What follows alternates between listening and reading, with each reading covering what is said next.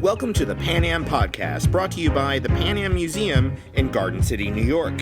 This podcast and our museum are dedicated to celebrating the legacy of the world's most iconic airline, Pan American World Airways. If you're not familiar with Pan Am, welcome. We are honored to have you here and for you to learn about what we're all about. If you already know of Pan Am, worked for or flown on the airline, or just love our history, it's good to be with you again. So with that, let's get this episode in the air, so to speak. Welcome aboard your Pan American Jet Clipper.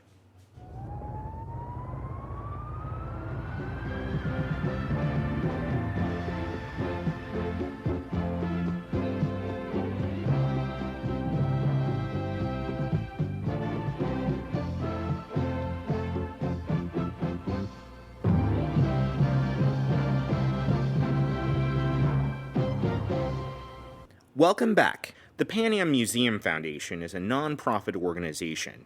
Our mission statement is to educate, celebrate, and inspire present and future generations by preserving historical and diverse personal stories of Pan American World Airways.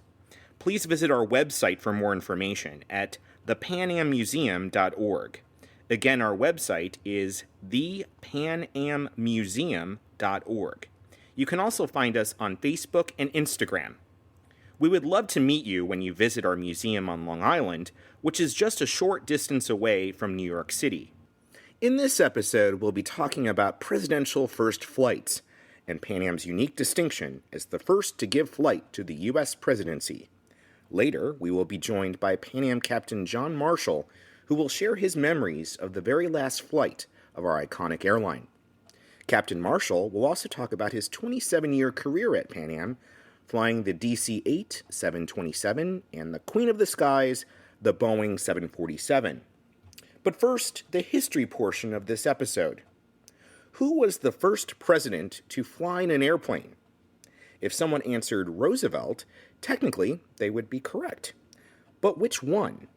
President Theodore Roosevelt took a brief flight on October 11, 1910, in St. Louis, Missouri, in a Wright Company Type AB aircraft. So was that the first presidential flight? Answer? It's complicated. Theodore Roosevelt was the first president to fly in an airplane, and one can call this the first presidential flight. But technically, Roosevelt was a former president at the time, so others could argue it was not the first presidential flight. However, 33 years later, on January 11, 1943, President Franklin D. Roosevelt became the first sitting president to take an official presidential flight. The plane flown was none other than a Pan American Airways Boeing 314 flying boat called the Dixie Clipper. The president would fly from Miami to a few stops in South America and then cross the Atlantic to Africa. After landing on the water in British Gambia, Africa, alongside the Omaha light cruiser USS Memphis, the president continued his journey to Casablanca aboard a TWA Douglas DC-4 aircraft so the Pan American crew could make preparations for his return flight. A quick note about military aircraft designations. During the war, the U.S. Army designated TWA's DC-4s as the C-54 and Pan Am's Boeing 314s as the C-98, although the U.S. Navy, which used a different designation system at the time, disregarded this designation and continued to operate the flying boat under the manufacturer's designation B-314. Roosevelt was secretly traveling to Casablanca for a conference with British Prime Minister Winston Churchill and French leader Charles de Gaulle to adopt a policy of unconditional surrender from their Axis enemies. The trip was planned with the utmost secrecy. In fact, the Pan Am crew did not even know their passenger would be the President of the United States until he arrived at Dinner Key Terminal in Miami shortly before departure. The first pilot to fly a sitting president, 34-year-old Pan Am Captain Howard M. Cohn Jr., a veteran of transoceanic flights, recalled that he was very much surprised to learn the identity of their guest shortly before takeoff. President Roosevelt's return flight was on the same Pan Am Boeing 314. However, the departure route was modified at the last minute for fear his plane would be an attractive enemy target. The Pan Am flying boat departed from Fisherman's Lake, Liberia, and then traveled 700 miles down the Gambia River until it opened to the Atlantic Ocean, all in the middle of the night and in secret. Next stop was South America and then back to Miami. Captain Cohn said the president was an excellent passenger and a good air sailor on his 15,000-mile round trip, displaying an impressive knowledge of geography on a journey that included stops in Trinidad and Brazil. The president also celebrated his 61st birthday on the way back, dining on caviar, olives, celery, pickles, turkey, stuffing, green peas, cake, and champagne, because this was a Pan American flight after all. John Leslie, Pan Am's Atlantic Division Manager and a wartime Naval Reserve officer, was given the responsibility of coordinating the Casablanca mission between the U.S. Navy and Pan Am. He remembers fondly the return flight in his journal. Here's what he wrote, quote, "Preparing for the final day's flight from Trinidad to Miami on the president's birthday, we got a nice birthday cake for him and dressed the aircraft with signal pendants which read, 'Happy Birthday, Chief,' end quote." He also recalled an airborne birthday toast radioed from another Pan Am flying boat crew that was following closely behind, carrying members of the president's staff. "Passengers and crew of Clipper number 2 request to inform the president that they will drink to his health and happiness at 16:20 GMT, wishing him many happy returns of his birthdays. That our Commander-in-Chief should for the first time be celebrating his birthday in the vast freedom of the sky seems to us simplicity of the new day for which we are all fighting with one mind and heart." Ron Marasco, author and former Pan Am Vice President of Maintenance and Engineering, tells us that, quote, "Leslie never recorded any of the light banter that took place during the president's birthday celebration, yet it's not hard to visualize the scene. FDR had a larger-than-life personality, was exceedingly charming, and loved martinis. It was no secret the president looked forward to his favorite hour of the day, cocktail time. It does not take imagination to envision him smoking a cigarette in his characteristic long cigarette holder, with his infectious smile, toasting the crew and airplane for a marvelous trip," end quote. Thank you to Ron for sharing that insight. Pan Am had many firsts in its 64-year history, and with blue pride we can say today that the very first official presidential flight was on a Pan American flying boat Clipper.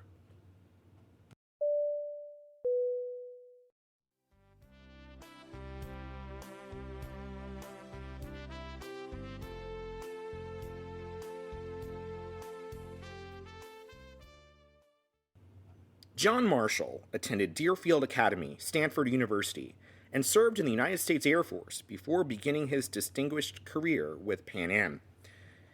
He was based in Hong Kong, Sydney, Berlin, San Francisco, and served as chief pilot of the Honolulu base, also known as the Royal Hawaiian Flying Club. He received the Civilian Desert Shield and Desert Storm Medal for flying military troops and material in support of Operation Desert Storm while with Pan Am.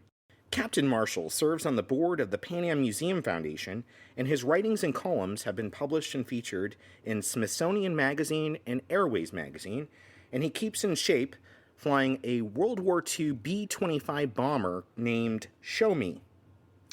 He currently works for the FAA as an aviation safety inspector in St. Louis, Missouri, where he lives with his wife Carla, who also worked for Pan Am.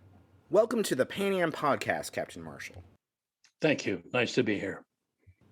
Captain Mark Pyle flew the last scheduled flight with passengers on a Boeing 727 from Barbados to Miami on the morning of December 4th, 1991, shortly after Pan American World Airways ceased operations. However, you have the distinction of being the last Pan Am 747 captain, having arrived in Brazil with passengers earlier that morning, and then flew your crew and airplane back to New York shortly after getting the word that the company went out of business, arriving in the early hours of December 5th, marking the last returning Pan Am airplane of the iconic airline.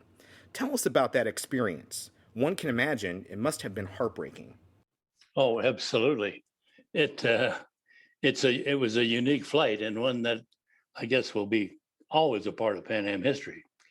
But like so many things, it started as a perfectly normal operation the night before. I and my crew were scheduled to operate flight 211 from New York to Sao Paulo um, as a regular scheduled flight. And I got to the airport and got to operations, and things were as normal as they could be under the circumstances. And I went up to brief the flight attendants, and they besieged me when I walked into the briefing room because of all the rumors that had been flying around for several days, wanting to know what I knew. And of course, I didn't really know much more than they did. So the departure was pretty routine. It was a nasty, nasty night. It was raining cats and dogs, but due to the hour of the departure, I think the flight left at 11 p.m. We got off on schedule and we headed south towards Sao Paulo. And as we continued down across the Atlantic coast, I made contact with a sister flight that was operating from Miami to Rio. And it happened to be captained by a very good friend of mine, Captain Vahakas, who had hired out of the airline about the same time I did. We were about the same seniority. And of course, that was the topic of conversation all the way to Sao Paulo.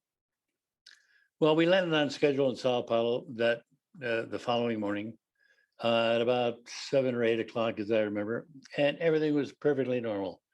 The little Pan Am girl was there to meet us and take us out to the bus, which was to take us to the hotel.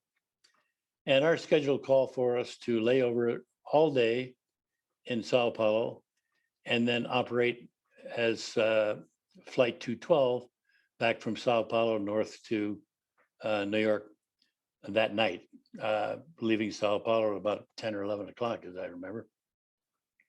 Everything perfectly normal. We got in the bus and went downtown to the Sheraton Hotel where we were staying, and everybody dispersed. I went to my room and I was just about to reach for a beer from the minibar before I took my nap, and the phone rang. And it was the director, Pan Am's director for South America. And he said, Captain Marshall, he said, the company has just ceased its operations. They want all the 747s out of South America this afternoon. And you'll take the airplane to either Miami or New York. Hasn't been decided yet. So do the best that you can, round up your crew. Well, they're going to have a bus at the hotel for you at 3 o'clock to take you back to the airport. And that was pretty much the sum total of the conversation. Well, to say that I was stunned would be a total understatement. And then I got to thinking about the logistics of rounding up not all my crew members, but whatever other crew members might be laying over in the hotel as well. And as I'm sure you know, one of the things the flight attendant does, no matter where they are in the world, when they hit the ground, they go shopping. So I enlisted the help of the hotel manager, told him what the situation was. We contacted as many of the crew members that were actually in the hotel as we could. And then we finally, through several roundabout ways, we did manage to make contact with everybody, including several other crew members that had been laying over, waiting to either deadhead to further assignments, or they were scheduled to operate another flight. So 3 o'clock came and everybody showed up, thankfully, to the bus. And we rode back to the airport, and we got to where the Pan Am counter was. And I was stunned to see that every single trace of Pan Am was gone. All the signs, wow. all the check-in counters, the computers were all gone. It was like someone had died and left, and there was nothing there. And earlier when you landed, everything was normal. It was perfectly normal. Wow. So I had this little group of flight attendants standing there in the lobby, and I said, do just wait here. While I go in and get the paperwork and find out what we're going to do. So the first officer and I went to the ops office, and there was one poor little ops clerk there, surrounded by clacking teletypes and ringing telephones and running from one to the other. And it turned out that they wanted the airplane in Kennedy. And I said, before we do anything, I need to talk to the local station manager. And he came in from next door. And I said, look, we've been on the ground here not more than about 6 hours. I said, no one's had anything to eat. No one's had any sleep. I want to make sure we have some kind of catering. We're not going to go all the way to New York without having some kind of food. The airplane itself was the airplane that we had flown into Sao Paulo. It had continued on with another crew to Montevideo, where it was scheduled to lay over until late that afternoon and then fly back to Sao Paulo, where we were going to pick it up. He said they had turned the airplane immediately in Montevideo. And he acknowledged the fact that we did have to have some kind of catering. And he was really, really good about that. In fact, we did end up with full catering. And when the airplane arrived, they parked it in a very far corner of the airport. And they gathered us up, put us on a bus. And just before we left, the station manager said to me, he said, Captain Marshall, do you suppose you could do me a favor? And I said, well, I hope so. What is it? He said, we have a lady here who lives in New York. She's Portuguese or Brazilian. And she's been down here visiting her daughter who works for Pan Am. She was the gate agent at Pan Am. And now she has no way to get back to New York because she was traveling on a pass. And there's no more Pan Am. Could you possibly see your way clear to take her? I said, well, what are they going to do? Fire me? I said, absolutely. I said, put her on the airplane. We'll put her on the general deck and we'll make her a crew member. And so, she was the last passenger, yeah. Right? So that's what we did. And we got on the bus and got out to the airplane. And of course, the crew that brought the airplane in from Montevideo was already on board. They were going to go with us. We had, I guess, a total of about 50 people on the airplane. And before we left, I said, I want everybody in the first class cabin right now for a little briefing. And they all gathered up in the front there. And I said, look, this is the last one. I said, let's go out with some class. The airplane is fully catered, and that meant a full liquor cabinet. I said, I do not want anyone getting off this airplane shit-faced. Let's go out really with some class. And they all agreed. There was a lot of somber faces and a lot of tears and a lot of sobs. Well, they uploaded the fuel we needed and we fired up and got ready to go. And what was going through your mind? I was just kind of numb. I was just trying to convince myself to make sure that I had everything covered and not to let the emotion of the moment, make me do anything that I shouldn't do or vice versa.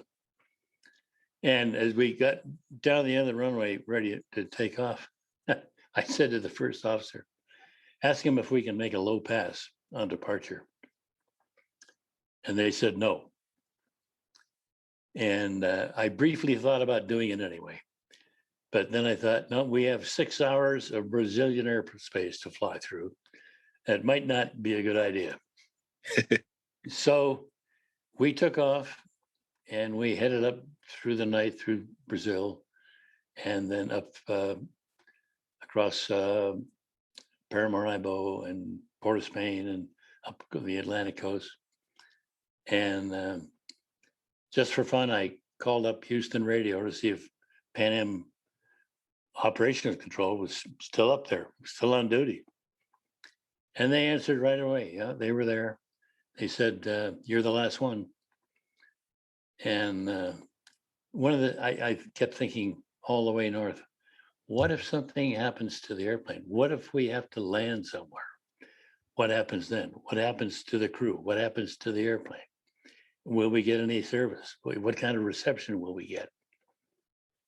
So anyway, we got to New York. It was about 3 a.m. and it was a beautiful, sparkling, ice cold, crisp morning. And you could see the city from a long way. And of course, we were the only ones in the traffic pattern, and approach control turned us over to the tower. We turned in runway 31 left. And he said, "You're the last one, Clipper." And the cockpit was full of people, just wanted to be there. And he said that, I think everybody just almost lost it. I know I did. I looked over at the first officer and he wouldn't look at me.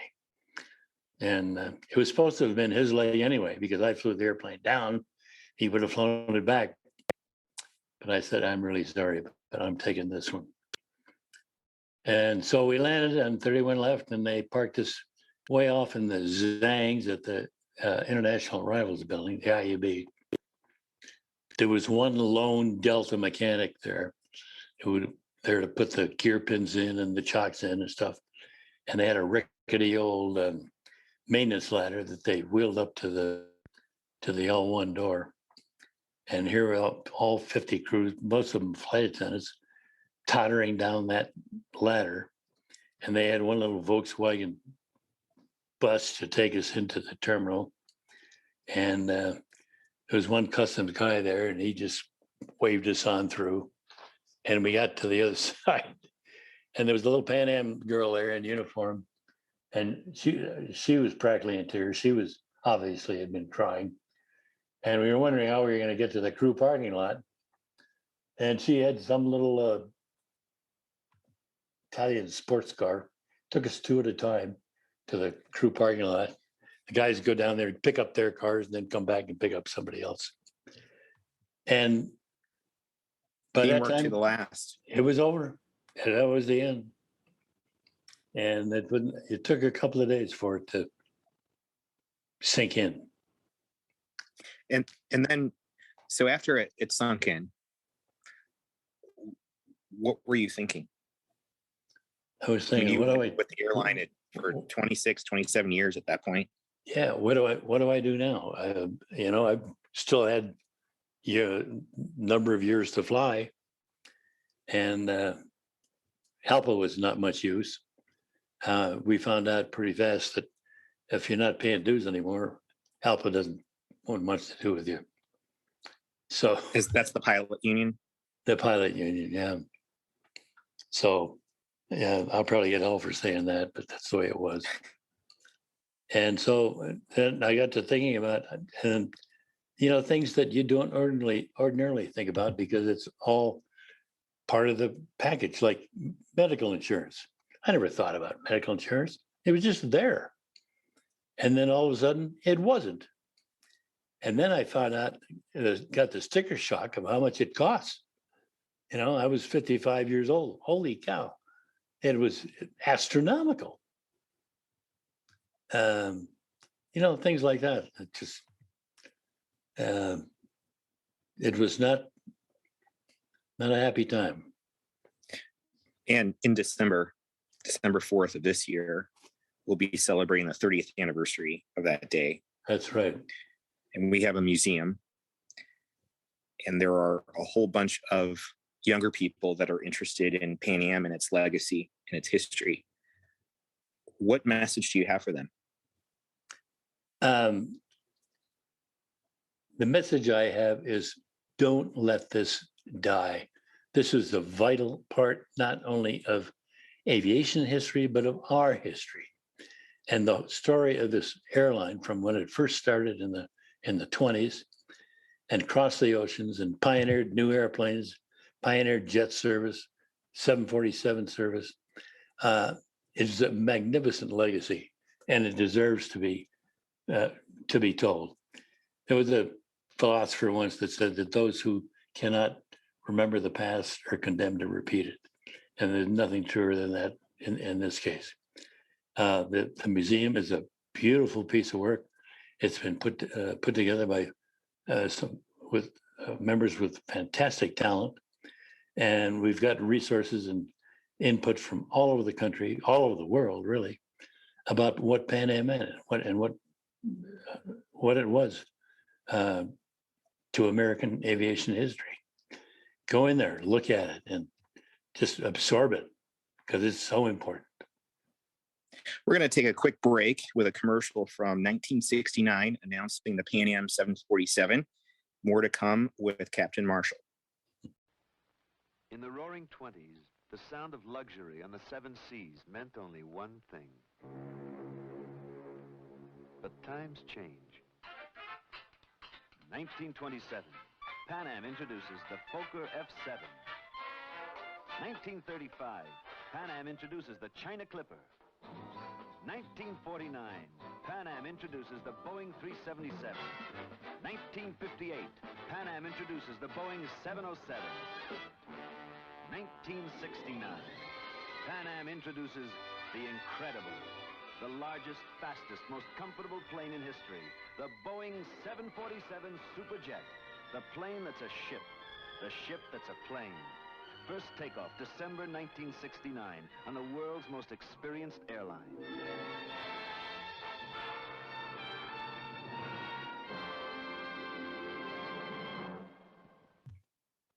Welcome back to our interview with Pan Am Captain John Marshall.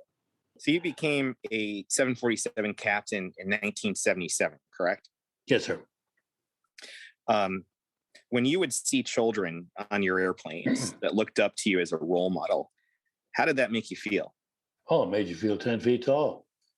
And it wasn't only the children, it was the cute little girls and the young college kids and stuff too, you know. We at Kennedy, normally the airplane would be parked at one of the, you know, the Worldport gates there. And the passengers would all congregate there before departure. And the easiest way for us, or at least for me, to get to the airplane from operations was take the elevator up to the main concourse level, walk down the concourse to the gate and walk through the, you know, the waiting area onto the airplane.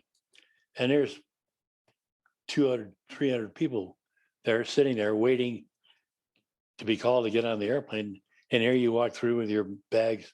You know, we didn't have any wheels or any of that stuff in those days. You just carried them and walk out into the airplane. And you walk out of the airplane, you can feel 600 eyes just staring at you. But there were a couple of times when I could pick out a little kid who was obviously really excited about the whole operation. And I'd go up to them and I'd say, "You want to come out and take a look around before we get started here?" They say, "Oh my God, can we?" And so I'd ask the parents and they'd say, my God, yeah. So I'd take the little kid with me and take him upstairs and let him sit in the seat and explain things to him. And it didn't take very long. I mean, then he had to go back downstairs because we had to get the airplane ready to go too. But those are always fun things to do. Yeah, that's cool. Yeah, that's cool. Yeah. Well, thank you for your time, and we're very excited to have you back on the podcast in a future installment. Okay. And anything you want to add to our listeners? No, I think this is a wonderful thing that we're embarking on here, and I'm very happy to be a part of it. And I hope everybody enjoys it. Can you do us a favor and give us a captain announcement as if you were on a Pan Am plane? You mean other than sit down and keep your feet off the seats? Well, I would make an announcement either just before we taxied out or while we were waiting for takeoff. And I would say something like, "Good evening, everyone. This is Captain Marshall speaking. On behalf of the entire crew, I'd like to welcome you aboard your Pan Am Jet Clipper Flight 2 from New York to London. Our flight time this evening will be about 6 hours and 40 minutes. We'll be flying at an eventual altitude of 37,000 feet. The weather is forecast to be good, also en route and for our arrival. In the meantime, please sit down and enjoy the flight. And we'll see. I'll make an announcement further along the way with an update. Thanks for flying with us. That's great. Well, thanks again. Okay.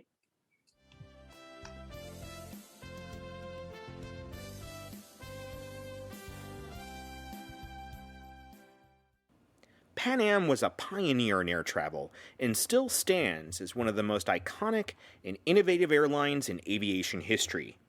That legacy lives on at the Pan Am Museum in Garden City, New York, where you can explore the rich history of the aircrafts and individuals at the heart of the company known as the world's most experienced airline.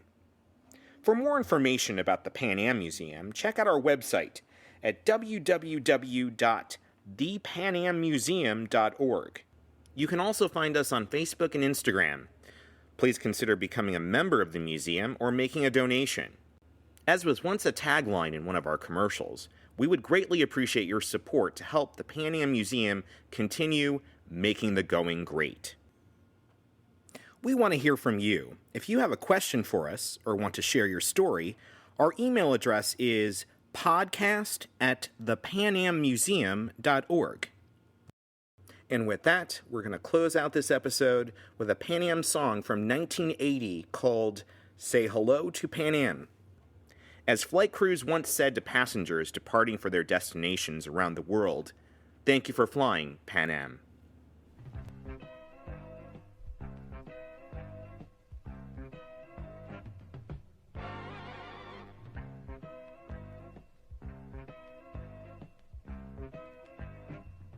Just say hello to a brand new world. It's just outside your door.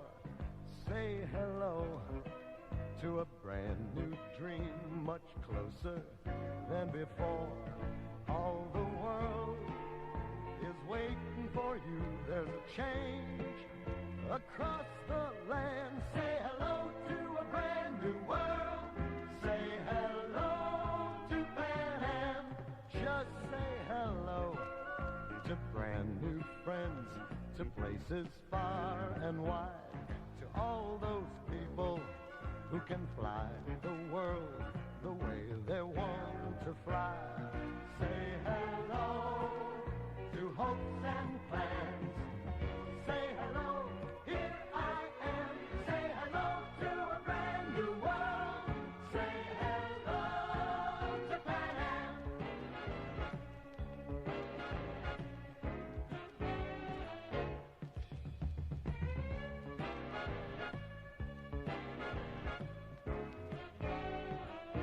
Just say hello to folks back home. We'll fly America.